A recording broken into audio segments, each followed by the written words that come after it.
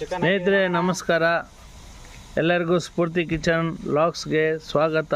ಈ ದಿನ ನಾವು ತಯಾರಿಸ್ತಕ್ಕಂಥ ಅಡಿಗೆ ನಾಟಿ ಕೋಳಿ ಸಾಂಬಾರ್ ಜೊತೆಯಲ್ಲಿ ಚಪಾತಿ. ಸ್ನೇಹಿತರೆ, ಚಿಕನ್ ಸಾಂಬಾರ್ ರೆಡಿ ಆಗ್ತಾಯಿದೆ. ಈಗ ಎಣ್ಣೆ ಕಾದಿದೆ, ಜೊತೆಯಲ್ಲಿ ಈರುಳ್ಳಿ, ರುಬ್ಬಿರುವಂಥ ಈರುಳ್ಳಿ ಹಾಕಿದ್ದಾರೆ. ಬೆಳ್ಳುಳ್ಳಿ ಪೇಸ್ಟ್, ಶುಂಠಿ ಬೆಳ್ಳುಳ್ಳಿ ಪೇಸ್ಟ್,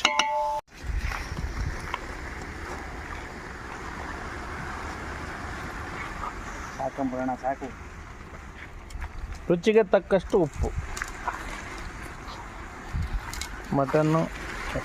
ಚಿಕನ್ಗೆ